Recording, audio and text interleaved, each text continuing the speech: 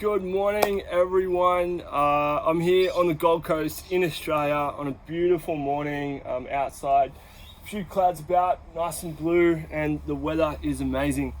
Today, I'm actually here to talk to you guys about the very, very controversial topic of weight loss. So if you're not in for a pretty full-on discussion that's going to probably challenge some of your paradigms around weight loss and potentially even health in general, if you're not ready for that, this video probably isn't going to be the video for you.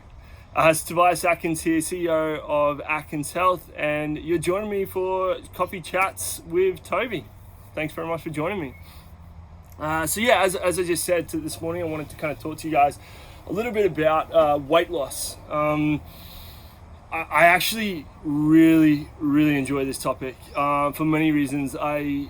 As you can probably tell by now, I'm quite an opinionated person. Done a whole bunch of research in this area and find that it would be in the tens of thousands of clients that we've looked over and helped out in the last years and years. So 7 years probably with myself and the rest of the team. So it's a subject that obviously is really important to us and obviously to a lot of people.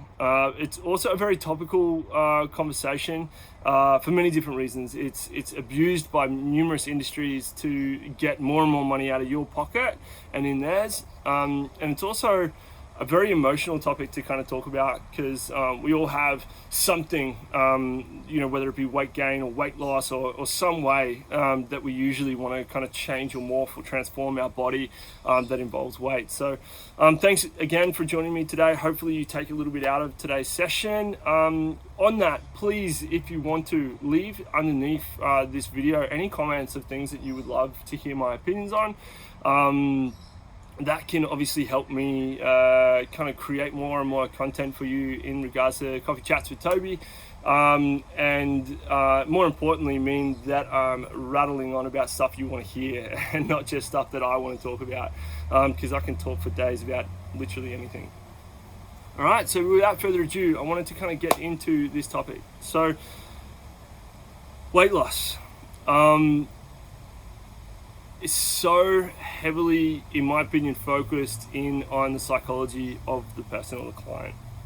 Now, the reason I say this is because we all want to achieve success in some way, shape or form, right? And when we talk about success, there's a whole bunch of different attitudes that need to come with a person for them to actually achieve success. We like to term this kind of above or below the line. Now, above the line, you want to take accountability. You want to be ownership. You're basically taking complete control and saying, look, if I want to achieve success, it's going to be all on me. I'm not going to blame anyone else, right? Which brings us to below the line.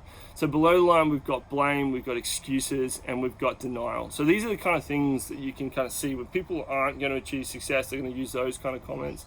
When they are going to achieve success, they're going to try and take accountability. They're going to take control. They're going to be less likely and take more ownership over the conversations and what's going on.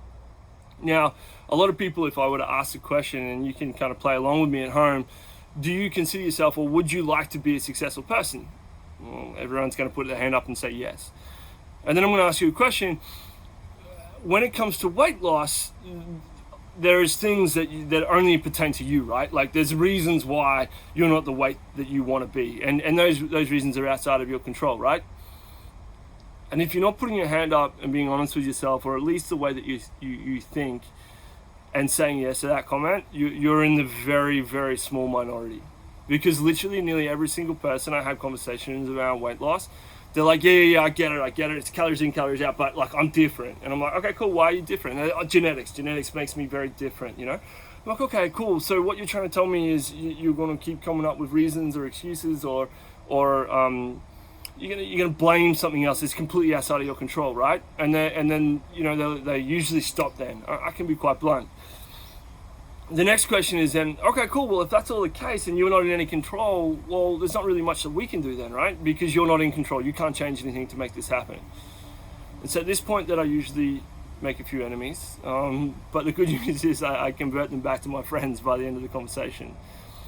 So what I'm basically getting at is the first step to weight loss is you understanding that the actual honest truth is that you are in control. You can affect your weight, and actually you're the only person that can affect your weight in whatever direction you want that to be, whether it's weight loss or weight gain.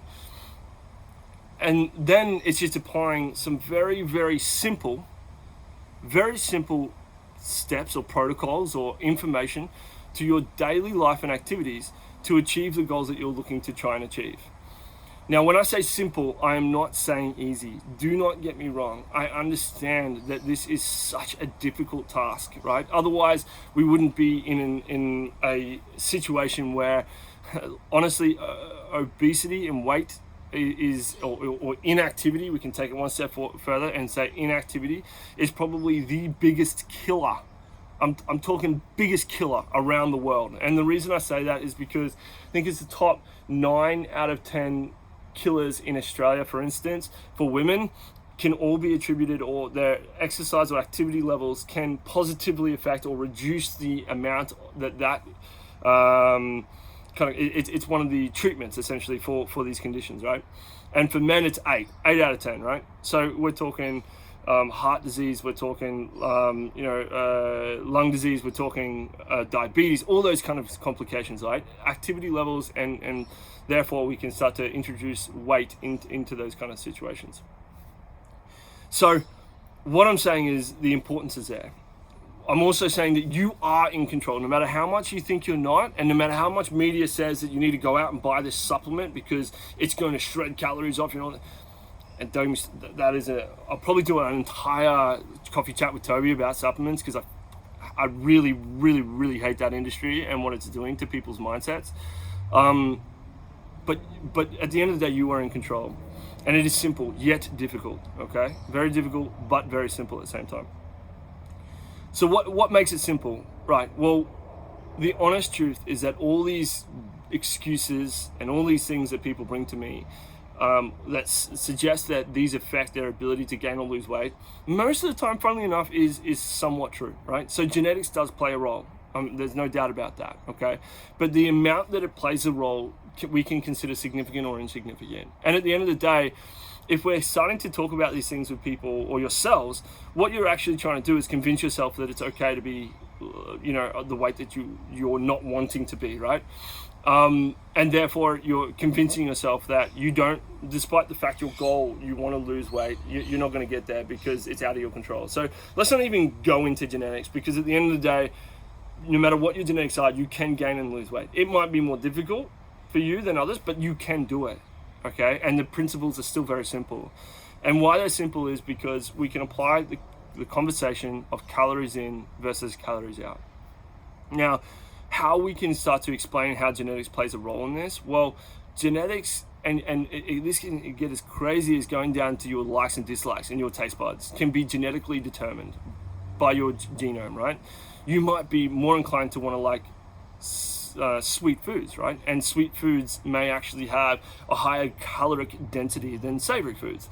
And therefore, when you're going and having a sweet dessert or sweet snack, you're putting on more calories or putting more calories into your body than what you would have been if you were genetically predetermined or like savory food more. So these things can play a really big role in it. But the truth of the matter is that most of the time, and I'm saying most of the time because I don't have uncategorical proof to prove otherwise, but most of the time, these external factors like medications, genetics, all these kind of things actually affects your behavior, which therefore affects how much you move or how much you put in your mouth. So when I say move, I'm not talking about the movement of your mouth, obviously. I'm talking about the movement of your body. So what's first really important is to understand that despite the difficulty that weight loss can have, it is 100% down to these kind of situations, in and out. So then we go, right, well, if it's that simple, what do we need to do? Well, essentially we need to move more. And what I'm saying in regards to move more is the key term, right? It's not necessarily saying exercise more, and it's not saying necessarily walk more. But what we need to understand is that we need to move more. So some people say, well, I eat the same food as my husband, or I eat the same food as my wife. I put on heaps of kilos and my spouse puts on barely any, right? They can't put on weight. Okay, so then when we look at these things and we go, right, well, genetically, these kind of things can play a part. But the honest truth is practical significance of the difference is not as big as people make out to be. The next step then is going, right, well, is it true? Are you actually putting in the same amount into your mouth? So is the same foods? Is it the same quantity of foods? Are they sneaking around and eating more foods? Are you making the mistake of eating more food yourself? And then the next step is then go, right, well, let's have a look at how active you are. How many steps do you take? How long do you sit for a day? What is your job? Like, what does your job entail you to do? Essentially what I'm trying to work out is how much movement do you do in your everyday life? You might think you're active, but are you actually active? And then the next step is obviously affecting one of those two sides. So why I say it's so simple is because if you want to lose weight, the first step you need to do is you need to ask yourself, what is currently happening in my life? Am I losing weight? Am I putting weight on, or am I staying the same? So basically what we're trying to work out is in the formula calories in, so what we put in our mouth, take calories out, so what are we doing with our body, equals what? Are we in caloric surplus, meaning are we putting on weight? Are we in caloric deficit? Are we losing weight? Or is it the equal sign, the other side of the equal sign, is it relatively pretty much just a zero? Meaning that calories in, take calories out equals zero, meaning your weight is not changing. Now, whatever the equal sign is can kind of tell you and then be applied to what you're trying to do. So if you're trying to lose weight and the equal sign is zero, you're not going up, you're not going down, but you're at a weight you're not happy with and you want to lose weight. The simple thing is that, and then we can go back to the other side and we can go, right, well, if we're at, let's call it 10 caloric in, which is ridiculous, that's not a thing, but let's go with just simple numbers, 10, and take 10 equals zero, right? So if I go take 12, my equal sign is going to equal -2, which means I'm going to be in a deficit, which means I'm going to technically lose weight, right? So we can do that. So we can increase our output. Now, this is the area that really scares me as an exercise physiologist, because a lot of people then go out and do this intense exercise session, which I'm a huge advocate for, don't get me wrong. But the issue then really comes in is that they're so tired or exhausted or energy depleted that they can't go about their usual activities. So overall, despite they've added in an exercise session, they've actually decreased their overall caloric output, which again is going to mean that it's not going to be 10 take 12, it's going to be 10 take 10, or even 10 take 9, right? Which is going to go the wrong way. So the key is here, total output, okay? The next thing that we can obviously do is if we got 10 and 10, we can change the food to 9. So 9 take 10 is still -1. Or we can go 8. 8 take 10 is -2. So the simplicity of this situation is all we need to do is affect one of these two things in a way that is congruent or aligned with what our goal is to achieve. So it might be, okay, well, on average, I eat this, and this. I'm just not going to eat the apple every day anymore, and that's going to change my calories.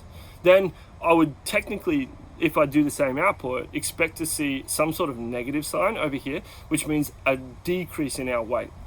Now, then all we need to do is decide whether or not the rate in which we're losing weight is the rate that we want. And if it's not, well, we need to do more. Or if it's too fast, if we're losing too much weight too quickly, we need to do less or change things back to somewhat close to the norm. So I hope this kind of brings up the idea of the simplicity of it. And I guarantee that a lot of you are thinking that, yeah, but that doesn't work for me. My situation is different. I create a lot of enemies when I say this, but it's not. It's really honestly not. And it might be that there is something that impacts on this formula that prevents you or reduces your ability to be able to create that deficit that we're looking for. It might be your job is a sedentary job. You're sitting down all day, and so you're running out of time in your day to actually get your caloric output out. Then maybe we have to play around with the caloric input, or maybe we need to get really inventive and go get some help from an EP in your local area, or anyone really who can help to strategize your day so that you can increase your output.